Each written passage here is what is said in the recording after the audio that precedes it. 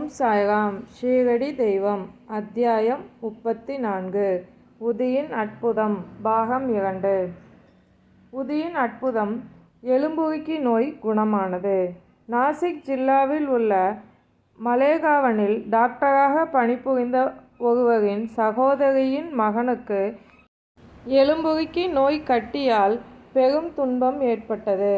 டாக்டரும் அவர் சகோதரரும் மற்றும் மருத்துவ நிபுணர்களும் அறுவை சிகிச்சைகள் செய்தும் மற்றும் பல்வேறு விதமான சிகிச்சைகள் செய்தும் நோயை குணப்படுத்த முயன்றனர். அவன் நோய் குணமடையவே இல்லை. இச்சிறுவன் படும் துன்பத்திற்கும் ஒரு முடிவில்லாமலும் இருந்தது. எனவே நண்பர்களும் உறவினர்களும் அவர்களிடம் தெய்வத்திடம் சங்கல்பம் வைக்கும்படி கூறினர். குணமாக முடியாத பல தீராத வியாதிகளையும் தன் கடைக்கண் பார்வையால் மட்டுமே குணமாக்கி அருளும் சாயி பாபாவிடம் சரணடையும்படி கூறினர். எனவே அச்சிறுவனின் பெற்றோர்களும் ஷீரடிக்கு வந்தனர். தனது பிரச்சனையை பாபாவின் முன்னர் வைத்து பணிவோடும் பயபக்தியோடும் வேண்டி நின்றனர். தங்களின் மகனை எப்படியாவது காப்பாற்றி தரும்படி மன்றாடி வேண்டினர். கருணையுள்ள பாபா அவர்களுக்கு ஆறுதல் அளித்தார். இம்மசூதியில் அடைக்கலம் புகுவோர் இந்த பிறவியிலும் யுக முடிவிலும் எதை எண்ணியும் கஷ்டப்பட மாட்டார்கள். எனவே நீங்கள் கவலையற்று இருங்கள். இந்த உதியை நோய்க்கட்டியின் மீது தடவுங்கள். ஒரு வாரத்திற்குள் அவன் குணமடைவான். கடவுளை நம்புங்கள். இது மசூதி அல்ல, துவாரகமாயி. இவ்விடத்தில் காலடி வைப்பவன் விரைவில் உடல் நலத்தையும் மகிழ்ச்சியையும் பெறுவான். அவன் படும் தொல்லைகள் யாவும் ஒரு முடிவுக்கு வந்துவிடும் என்றார். அந்த சிறுவன் பாபாவின் முன்னர் உட்கார வைக்கப்பட்டான். வலியுற்ற பகுதியில் பாபா தன் கரத்தால் மெல்ல நீவி கட்டியுள்ள இடத்தில் தன் அருள் பார்வையை செலுத்தினார். சிறுவன் மகிழ்ச்சியடைந்தான். உதியை தடவியதும் அவன் மெல்ல மெல்ல குணமடைந்தான். சில நாட்களுக்குள்ளேயே அவன் பரிபூரண குணமடைந்தான். உதியினாலும் தனது அருட்பார்வையினாலும் இக்கொடிய நோயை குணப்படுத்திய பாபாவுக்கு நன்றி சொன்ன பெற்றோர்கள் பின் ஷீரடியை விட்டு புறப்பட்டனர். பாபாவின் பக்தரானார் டாக்டர். தன் தங்கையின் மகன் பரிபூரண குணமடைந்ததை கேட்டதும் பெரும் வியப்படைந்தார் அந்த டாக்டர். தன் சொந்த வேலை விஷயமாக பம்பாய்க்கு செல்லும்போது ஷீரடிக்கு போக தீர்மானித்தார். ஆனால் மலேகாவனிலும் மன்மார்ட்டிலும் உள்ள சிலர் பாபாவை பற்றி எதிராக பேசி டாக்டரின் சிந்தையை மாற்றினர். எனவே அந்த டாக்டர் ஷீரடிக்கு செல்லும் எண்ணத்தை விட்டு மீண்டும் பம்பாய்க்கு திரும்பினார். தன் விடுமுறையின் எஞ்சியுள்ள நாட்களை அவர் அலிபாகில் கழிக்க விரும்பினார். ஆனால் அவர் பம்பாயில் இருந்தபோது 3 நாட்களும் இரவுகளில் அவர் கனவில் இன்னும் நீ என்னை நம்பவில்லையா என்னும் குரல் கேட்டுக்கொண்டிருந்தது. பின்னர் அந்த டாக்டர் தன் மனதை மாற்றிக்கொண்டார். மீண்டும் ஷீரடிக்கு செல்வதென்பது தீர்மானித்தார். ஆனால் அப்போது அவருக்கு பம்பாயில் ஒரு ஒட்டு ஜுரமுடைய ஒரு நோயாளியை குணமாக்க வேண்டியிருந்தது. அந்த நோயாளி குணமடையும் அறிகுறிகள் எதுவும் தென்படவில்லை. எனவே அவர் மனதில் ஒரு தேர்வு செய்து பார்க்க விரும்பினார். இந்த நோயாளி இன்று குணமடைவாரானால் நான் நாளை ஷீரடி விஜயம் செய்வேன் என்று எண்ணினார். ஆச்சரியப்படும் விதமாக அந்த டாக்டர் தீர்மானம் எடுத்த அந்த நொடியிலேயே ஜுரம் நீங்கத் தொடங்கியது. அந்நோயாளியின் உடல் இயல்பு நிலைக்கு வந்துவிட்டது. பின்னர் அவர் தன் தீர்மானித்தபடி ஷீரடிக்கு புறப்பட்டு சென்றார். பாபாவின் பாதங்களில் விழுந்து வணங்கினார். அவர் பாபாவின் தீவிர பக்தராகும் படியான அனுபவங்களை தந்து பாபா அவரை தன் பக்தராக்கி கொண்டார். பின் அவர் பாபாவிடமிருந்து உதி ஆசீர்வாதங்களுடன் தன் வீட்டிற்கு புறப்பட்டு சென்றார். அவர் வீட்டிற்கு திரும்பிய 15 நாட்களுக்குள் பீஜப்பூருக்கு உத்தியோக உயர்வில் மாற்றப்பட்டார். பாபாவை அவர் தரிசிப்பதற்கு அவர் சகோதரரின் மகனே காரணமானான். இதுவே அந்த ஞானியான பாபாவின் பாதங்களில் அடைக்கலமாவதற்கு ஒரு காரணமாய் இருந்தது. உதியின் மகத்துவம். டாக்டர் பிள்ளையின் நரம்பு சிலந்தி நோய் குணமானது. டாக்டர் பிள்ளை என்பவர் பாபாவின் நெருங்கிய பக்தர். பாபாவும் அவரை மிகவும் விரும்பினார். பாபா எப்போதும் அவரை பாவ், சகோதரன் என்று அழைத்தார். பாபா அவருடன் அடிக்கடி பேசினார். தன் எல்லா விஷயங்களிலும் அவரை கலந்தாலோசித்தார். ஒருமுறை டாக்டர் பிள்ளைக்கு நரம்பு சிலந்தி நோய் வந்து மிகவும் அவதியுற்றார். அவர் காக்கா சாஹிப் தீக்ஷித்திடம், எனது இந்த நோய் உயிர்வதை செய்வதாகவும் தாங்க முடியாததாகவும் இருக்கிறது என்றார். முன் ஊழ்வினை பயனால்தான் எனக்கு இந்த நோய் வந்துள்ளது என்று எனக்கு தெரியும். ஆனால் இதை பாபாவிடம் கூறி எனது இந்த வலியை இப்போது நிறுத்தும்படியும் என் முன் ஊழ்வினை பயனை அடுத்த 10 பிறப்புகளுக்கு மாற்றும்படியும் கூறுங்கள் என்றார். பாபாவின் அன்பு உரை. தீக்ஷித்தும் பாபாவிடம் சென்று டாக்டர் பிள்ளையின் கோரிக்கையை கூறினார். பாபா அவர் வேண்டுகோளை கேட்டு மனம் இறங்கினார். அவர் தீக்ஷித்திடம் அவரை பயப்படாதிருக்கும்படி கூறினார். ஏன் அவர் 10 ஜென்மங்களுக்கு கஷ்டப்பட வேண்டும்? 10 நாட்களில் அவர் தொல்லைகளையும் ஊழ்வினைகளையும் உழைத்து நிறைவேற்ற முடியும்.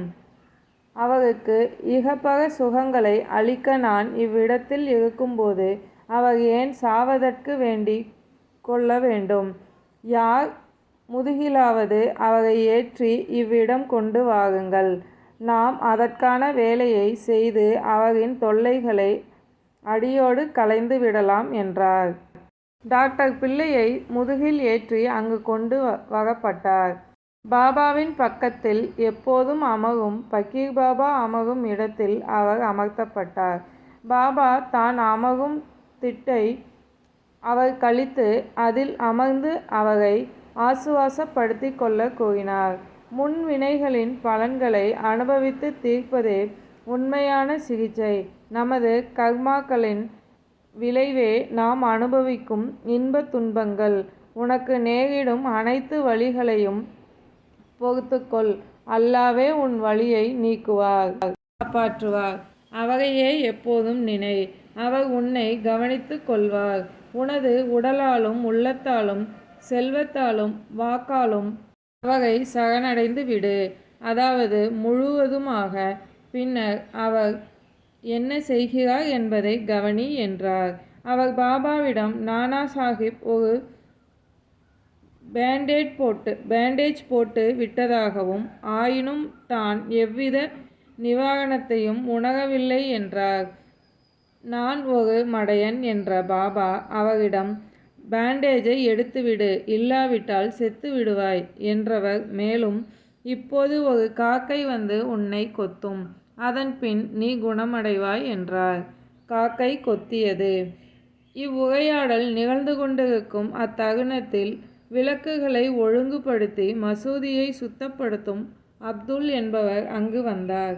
அவர் சீர் செய்யும் வேலையை செய்து கொண்டிருக்கும் அவ்வேளையில் தற்செயலாக காலை நீட்டி படுத்திருந்த டாக்டர் பிள்ளையின் காலை மிதித்து விட்டார். தெரியாமல் டாக்டர் பிள்ளையின் கால் ஏற்கனவே வீங்கி இருந்தது.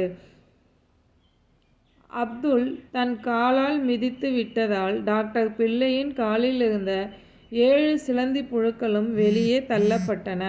அதனால் அவர் வலி தாங்க முடியாமல் அலறத் தொடங்கினார். சில நேரம் அமைதியாகவும் சில நேரம் கூவி அழவும் தொடங்கினார். பாபா அப்போது வேடிக்கையாக, பார், இப்போது நமது சகோதரன் சௌக்கியமாக பாடிக்கொண்டிருக்கிறார் என்றார். அப்போது பிள்ளை அவர்கள் பாபாவிடம் அப்பாவியாக, காக்கை எப்போது வரும், என் காலை கொத்தும் என்றார். பாபா, காக்கையை நீ கவனிக்கவில்லையா? அவன் மீண்டும் வரமாட்டான் என்றார். அப்துல் தான் காக்கை என்றார். பின்னர் அவரிடம், நீ இப்போது வாதாவுக்கு சென்று ஓய்வெடுத்துக்கொள், விரைவில் நீ குணமடைவாய் என்றார். உதியை தடவியதிலும் அதை தண்ணீரில் கலந்து உட்கொண்டதிலுமே அவர் நோய் குணம் கண்டது. மருந்தோ வேறு எவ்வித சிகிச்சையோ மேற்கொள்ளவில்லை. பாபா சொன்னபடி 10 நாட்களில் அவர் நோய் முற்றிலும் குணமானது. உதியின் அற்புதம். ஷியாமாவின் மைத்துனி. பிளேக் நோய் குணமாதல்.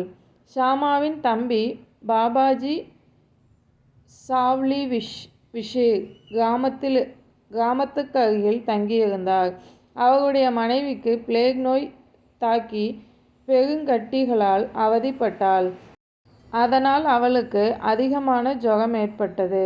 அடிவயிற்றில் கட்டிகளால் வலியும் வேதனையுமாய் இருந்தது. பாபாஜி ஷீரடிக்கு வந்து ஷாமாவிடம் தன் மனைவியை காப்பாற்ற உதவி கேட்டார். இதை கேட்டதும் ஷாமா பீதி அடைந்தார். அவர் தன் வழக்கப்படி தன் தம்பி மனைவியின் நோயை குணப்படுத்த பாபாவிடம் சரணடைந்தார். தன் தம்பியை பார்த்து வர பாபாவிடம் அனுமதியும் கேட்டார். அதை கேட்ட பாபா, நீ இப்போது இந்த பின்னிரவு நேரத்தில் செல்ல வேண்டாம். அவளுக்கு உதியை மட்டும் அனுப்புக. ஜுரத்தை பற்றியும் கட்டியை பற்றியும் ஏன் கவலைப்பட வேண்டும்? கடவுளே நமக்கு தந்தையும் எஜமானருமாய் இருக்கையில் அவர் எளிதில் குணமடைவாள். இப்போது நீ போக வேண்டாம். நாளை காலையில் போய்விட்டு நீ உடனே திரும்பிவிடு என்றார். பாபாவின் குறிப்பு நுட்பம். பாபாவின் உதியில் ஷாமாவுக்கு அதிக நம்பிக்கை உண்டு. அது பாபாஜியிடம் அனுப்பப்பட்டது. அதை கட்டிகளின் மீது தடவினார்கள். சிறிது தண்ணீரில் கரைத்து உள்ளுக்கும் கொடுக்கப்பட்டது. அதை உட்கொண்ட அடுத்த சில நொடிகளில் அப்பெண்மணிக்கு நன்றாக வேர்த்து கொட்டியது. பின்னர் ஜுரம் முற்றிலும் குணமானது. நோயாளி பெண்ணுக்கு நல்ல உறக்கமும் ஏற்பட்டது. அடுத்த நாள் காலை தன் மனைவி குணமாகி விட்டதாக பாபாஜி கூறினார். ஜுரமும் கட்டிகளும் குணமாகி உடம்பில் புது தெம்பு ஏற்பட்டிருப்பதைக் கண்டு அதிசயப்பட்டார் பாபாஜி. ஷாமா அடுத்த நாள் சென்று நோயாளியை பார்க்க சென்றபோது அவள் அடுப்பருகில் அமர்ந்து தேநீர் தயாரித்து கொண்டிருந்தாள். அதை கண்டு ஆச்சரியப்பட்டார் ஷாமா. அவர் தம்பியை விசாரித்ததில் பாபாவின் உதி ஒரே இரவில் அவளை முழுவதுமாக குணமாக்கி விட்டது என்றார். பாபா காலையில் சென்று உடனே திரும்பு என்ற தன் குறிப்பு நுட்பத்தை அப்போது உணர்ந்து கொண்டார் ஷாமா. கடவுள் ஒருவரே செயலாளர். தேநீர் உட்கொண்டதும் ஷாமா மசூதிக்கு திரும்பினார். பாபாவை வணங்கிய அவர், தங்களின் திருவிளையாடலை என்னவென்பது? தாங்கள் முதலில் புயலை எழுப்பி நிலைகுலைய செய்கிறீர்கள். பின்னர் அதை அமைதிப்படுத்தி ஆசுவாசப்படுத்துகிறீர்கள். தங்கள் நடவடிக்கை என்றும் விளங்கா புதிராகவே உள்ளது. அதற்கு பாபா, நான் எதையும் செய்யவில்லையாயினும் ஊழ்வினை காரணமாக வரும் செயல்களுக்கு எல்லாம் பக்தர்கள் என்னை பொறுப்பாளியாக்குகிறார்கள். நான் அவர்களின் சாட்சி மாத்திரமே. கடவுள் ஒருவரே ஒரே செயலாளர். அவர் அகத்தூண்டி விருப்பாளர். அவர் மிகவும் கருணை உள்ளவர். நான் கடவுளோ பரமாத்மாவோ அல்ல. நான் அவரை நினைவில் இருத்தி கொள்பவனும் பணிவுள்ள வேலைக்காரனும் மட்டுமே. எவனொருவன் அகங்காரத்தை ஒதுக்கி தள்ளி அவருக்கு நன்றி செலுத்துகிறானோ, அவரை முழுமையாக நம்புகிறானோ, அவனது பந்தங்கள் அறுபட்டு விடுகின்றன. இறுதியில் அவன் முக்தியும் அடைகிறான் என்றார். உதியின் மகத்துவம். ஈரானிய பெண்ணின் வலிப்பு நோய் குணமானது. ஈரான் தேசத்தை சேர்ந்த ஒரு கணவனின் மகளுக்கு மணிக்கு ஒரு தடவை வலிப்பு வந்து கொண்டிருந்தது. அப்போது அவள் பேசும் சக்தியை இழந்துவிட்டாள். அவள் அங்கங்கள் குறுகி உணர்வின்றி கீழே சாய்ந்து விடுவாள். எந்த சிகிச்சையின் மூலமும் அவளை குணப்படுத்த முடியவில்லை. பாபாவின் உதியை அந்த பெண்ணுக்கு அளிக்கும்படி சில நண்பர்கள் அவள் தந்தைக்கு சிபாரிசு செய்தனர். அவ்வுதியினை பம்பாயில் உள்ள விலேபார்லேவில் இருக்கும் காக்கா தீக்ஷித்திடம் இருந்து பெற்று கொள்ளும்படி கூறினார்கள். பின்னர் ஈரானிய கணவன் அவரிடமிருந்து அவ்வுதியை பெற்று அதை நீரில் கலந்து தினந்தோறும் தன் மகளுக்கு கொடுத்து வந்தார். ஆரம்பத்தில் மணிக்கு ஒரு தடவை வந்த வலிப்பானது 7 மணி நேரத்துக்கு ஒரு முறை வரத் தொடங்கியது. பின்னர் சில நாட்களில் அவள் முற்றிலும் குணமானாள். உதியின் மகத்துவம். சிறுநீரகக்கல் கரைந்தது. அகர்தாவை சேர்ந்த முதியவர் ஒருவர் தனது சிறுநீரகக் கல்லால் கஷ்டப்பட்டு கொண்டிருந்தார். அக்கற்கள் எல்லாம் ரண சிகிச்சை மூலமே அப்புறப்படுத்த முடியும். மக்கள் அவரையும் அறுவை சிகிச்சை செய்து கொள்ளும்படி கூறினர். அவர் முதுமையும் தளர்ச்சியும் உடையவராய் இருந்தார். அதற்கான மனோதிடமும் அவரிடம் இல்லை. அறுவை சிகிச்சை செய்து கொள்ள வேண்டும் என்பதனை அவரால் நினைத்து கூட பார்க்க முடியவில்லை. அத்தருணத்தில் அந்நகரின் இமாம்தார் அவ்விடத்திற்கு வந்திருந்தார். அவர் பாபாவின் அடியவர். அவர் எப்போதும் உதி பாக்கெட்டை தன் கைவசம் வைத்திருப்பார். சிலர் உதியின் மகத்துவத்தை சிபாரிசு செய்ததன் பேரில் அம்முதியவரின் மகன் அவரிடமிருந்து உதியை பெற்றார். அதனை சிறிது எடுத்து தண்ணீரில் கலக்கி வயோதிக தந்தையாருக்கு கொடுத்தார். 5 நிமிடத்தில் அவ்வுதியின் மகத்துவம் தெரிய ஆரம்பித்தது. அவர் சிறுநீரக கல் கரைந்து சிறுநீர் வழியாக வெளிவந்து விட்டது. முதியவர் விரைவில் குணமடைந்தார். உதியின் மகத்துவம். சுகப்பிரசவ பெண்மணி. பம்பாயில் காயஸ்த இனத்தைச் சேர்ந்த ஒரு பெண்மணி பிரசவிக்கும் போதெல்லாம் கடுமையான வேதனையை அடைந்து வந்தாள். ஒவ்வொரு முறை கர்ப்பமாகும் போதும் அவள் என்ன செய்ய போகிறோம் என அச்சம் கொள்வாள். பாபாவின் பக்தரான கல்யாண் பகுதியைச் சேர்ந்த ராமமாருதி என்பவர் அவள் கணவனிடம் அப்பெண்ணை சுகப்பிரசவம் ஆக ஷீரடிக்கு அழைத்து போகச் சொன்னார். அவர் கூறியவாறே அப்பெண்மணி கருவுற்றதும் தன் மனைவியை அழைத்து கொண்டு ஷீரடிக்கு சென்றான். சில மாதங்கள் அங்கு தங்கி இருந்தான். பாபாவை வணங்கி அவர் மீது நம்பிக்கையோடு இருந்தனர். சில மாதங்கள் சென்றதும் பிரசவிக்கும் நாள் வந்தது. வழக்கம் போல பிரசவிக்கும் தருணத்தில் கர்ப்பப்பையில் சிக்கல் ஏற்பட்டது. பிரசவ வலியால் அவள் அவதியுற்றாள். அவர்களுக்கு என்ன செய்வதென்றே தெரியவில்லை. பாபாவை நோக்கி பிரார்த்தனை செய்தாள். அந்நேரத்தில் அவளுக்கு உதவியாக பக்கத்தில் குடியிருந்த பெண்மணி துணைக்கு வந்து சேர்ந்தாள். அவள் பாபாவை தொழுது வணங்கி கொஞ்சம் உதியை தண்ணீரில் கலந்து பருகக் கொடுத்தாள். பருகிய சில நிமிடங்களில் சுகமான வலி ஏதுமின்றி பிரசவித்தாள். குழந்தை மட்டும் விதி பயனால் இறந்து போனது. தாயோ வலி நீக்கியவளாய் சுகப்பிரசவம் ஆனதற்கு பாபாவுக்கு நன்றி செலுத்தினாள். அதன் பின்னர் அவள் எப்போதும் நன்றி மறவாது பாபாவின் உண்மை பக்தையாயினாள்.